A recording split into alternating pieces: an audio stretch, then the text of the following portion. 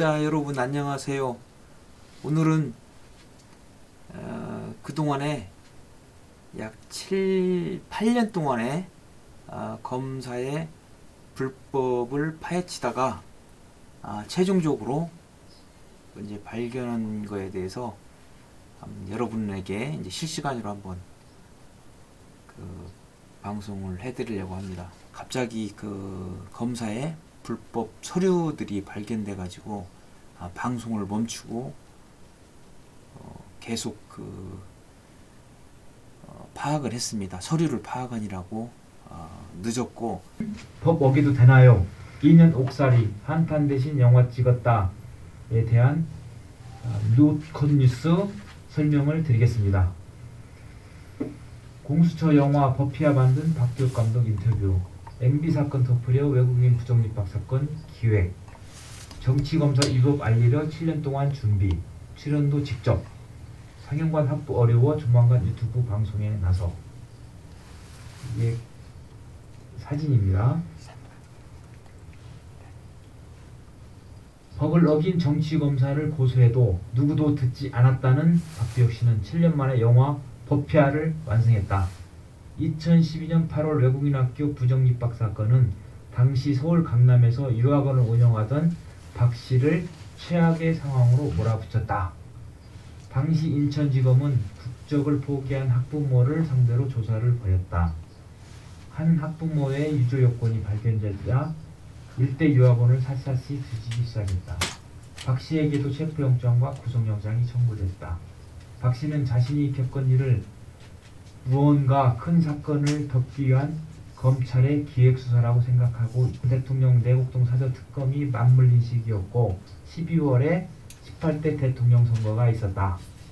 당시 인천지검장과 차장검사는 이 전 대통령의 대선 인수위의 파견 검사였다. 박 씨에겐 내곡동 특검으로 전국이 혼란스러울 때 대형 사건을 터뜨려 여론을 바꾸려 한 것 아니냐는 의구심이 드는 대목이다. 체포 직후 대대적으로 언론에 공표됐는데 정작 유조 요건이 발견된 곳은 다른 유학원이었고 이마저도 뒤늦게 약속 기소가 됐죠.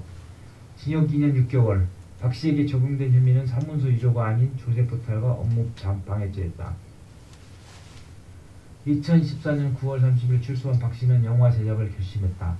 자신의 사연을 알리고 싶었다. 체포 과정에서 변호인에게 이 사실을 통지하지 않은 점, 경찰 조사를 하지 않고 검사가 직접 인지수사를 하고 구속기간이 만료된 뒤에도 공소를 제기한 점 등의 의문점이 풀리기만을 바랬다. 그러나 그는 100번이 넘는 진행 재판을 했다. 체포당하는 사람의 권리는 대한민국 헌법에 보장되어 있지만 실질적으로 하나도 보장받지 못하고 있어요. 당시 인천지검장과 차장검사, 수사계장을 고소했지만 다 무혐의 처분을 받았다. 그는 제대로 수사를 하지 않는다는 결론을 내렸다. 네, 이렇게 1년 전에 계속 검사의 불법 체포에 대해서 이렇게 파악을 하는 찰나에 최근에 검사가 입건도 하지 않고 체포영장을 발부받아 가지고 체포한 서류가 발견돼 가지고 지금 대검찰청이 발칵 뒤집어졌습니다. 예, 그래서 제가 여러분들한테 야, 이럴 수가 있느냐, 변호인 조력권도 침해받고 접견 교통권도 침해받고 체포 통지도 하지 않고 구속 통지도 하지 않고 무소불위의 권한을 남용한 사례를 가지고 충분히 이야기를 하였는데 그것도 불구하고 더 충격적인 그런 내용이 발견돼 가지고 여러분한테 알려드리려고 합니다. 예. 제가 이제 유튜브는 경험이 별로 없기 때문에 영화를 제작하느라고 시간을 많이 투자를 했어요. 그런데 사실은 이거를 영화로 만든다고 했을 때 제가 무슨 경험이 있는 것도 아니고 또 영화 분야에 무슨 뭐 스텝으로 참여한 적도 없고 강남에서 그 유학원 사업을 한 사람인데 영화밖에 이거를 표현하기가 어려울 것이다. 왜 그러냐면은 아무도 저의 말을 들어주지 않을 것이다.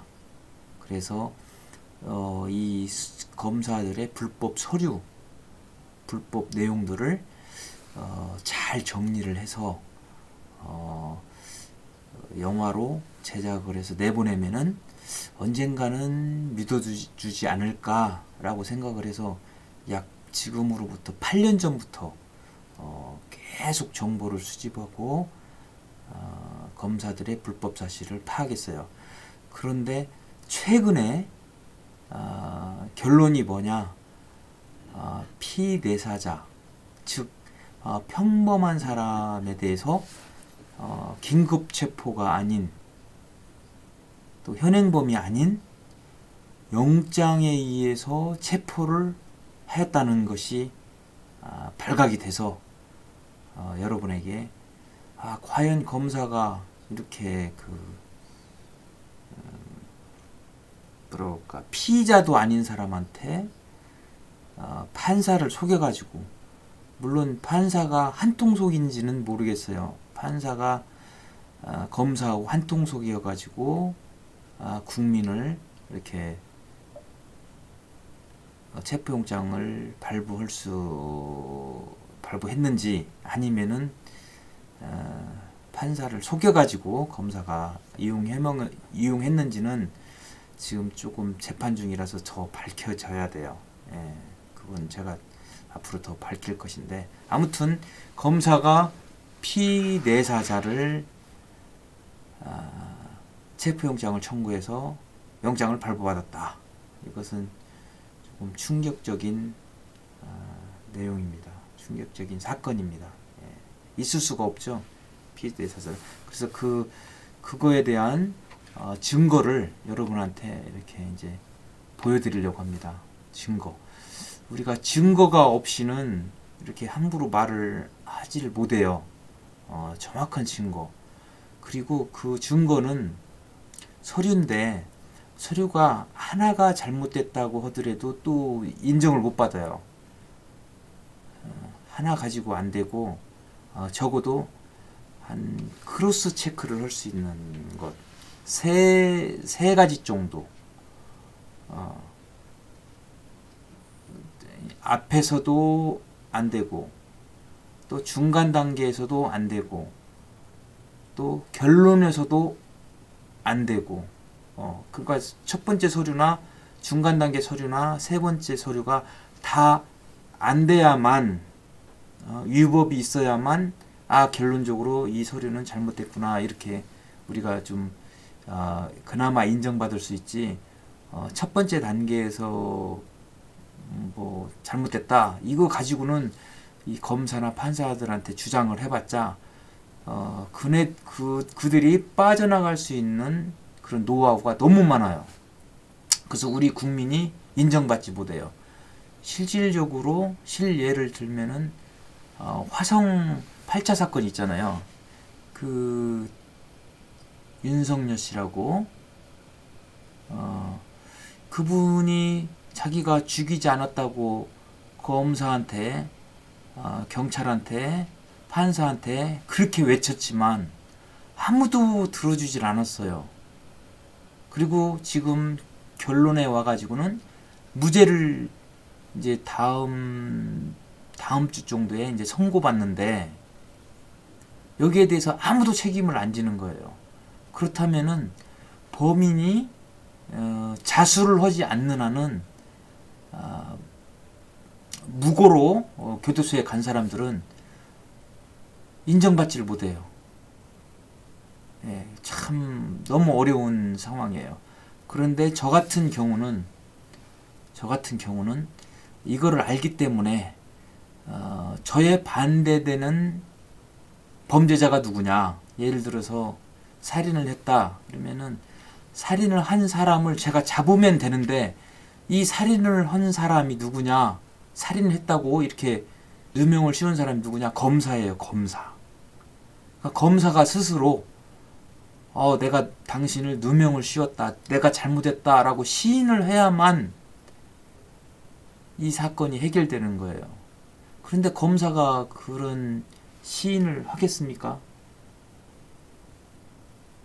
예, 리치맘님, 잠깐 제가 보는데, 예, 재판을 한 100번 정도 했어요. 100번. 100번 해가지고 최근에 검사의 그 체포와 구속이 헌법 제12조에 위법됐다, 이런 판결을 받아가지고 여러분한테 이제 그걸 알려드리는 것입니다. 아무리 제가 주장을 하더라도 판사는 믿질 않아요. 네.